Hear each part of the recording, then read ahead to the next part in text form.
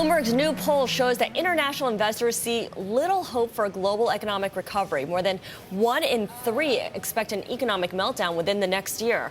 Let's get some insight now from our Washington executive editor, Al Hunt. And Al, Rich Miller was just telling us about how most people found the U.S. to be the most attractive place to invest, but then the U.S. also came in tops in terms of the least attractive place to invest as well. So there's a real division here.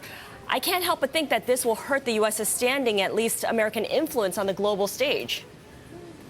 Well, there is a bit of a seamless web when it comes to the global economy. And whatever the optimism some feel about the U.S., there is such pervasive pessimism, especially about Europe, with a vast majority expecting the Europe region to go into a recession soon.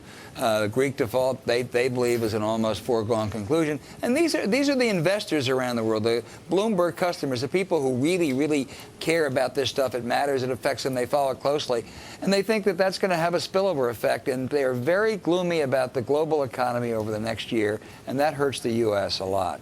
So even though Europe is the epicenter of all this gloom, wouldn't it hurt Obama in 2012, given that he is the incumbent? You bet it will, Scarlett. Barack Obama is not going to have a good economy to run on. He knows that. The hope is he will have an economy that at least is gradually improving. If this is right, if the outlook is this pessimistic and the Euro region is going to get hit so hard and it's going to have a spillover effect, he not only will have a lousy economy, he could have an economy that's actually even getting a little bit worse. That really makes it tough. All right. And speaking of what's coming up in 2012, Florida wants to move its primary date up into January, and that would throw the entire caucus primary schedule all out of whack. And of course, this is so that Florida looks better and has more influence over the process.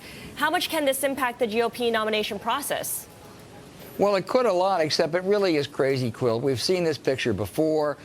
They have a fairly orderly process in which some smaller states go first, Iowa, New Hampshire, followed by South Carolina, Nevada, and then the bigger states can weigh in. Florida wants to jump ahead. If they do, it means the others will jump ahead, too. New Hampshire will hold that primary on October 20th, if they have to, in order to be sufficiently ahead of the others. So the Democrats tried to do it last time. Florida paid a price for it. Hillary Clinton won the Florida primary. It didn't matter. Most of those votes didn't count in the end. So it's a dangerous game they're playing, and we'll see how tough the Republican National Committee will be in slapping them down.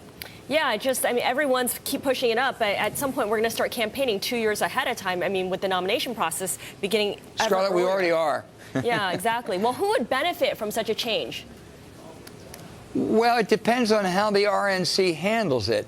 When you look at a big wholesale state like Florida, where you have to spend a lot of money, and the argument for the New Hampshires and the Iowas going first is that's where they actually have to meet voters as opposed to just buying television time. The candidates with the most money, Romney and Perry, would be the beneficiaries. Who would get hurt then? Is it the smaller upstarts then?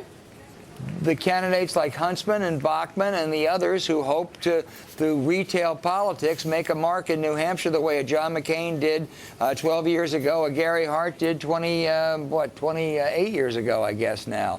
So that's it. It really takes away all chance of a come-from-behind victory with someone who's in the 3-4% range now. All right. Well, something to watch for indeed as Florida battles the Republican National Committee. Thank you so much, Al Hunt over in Scarlett. Washington.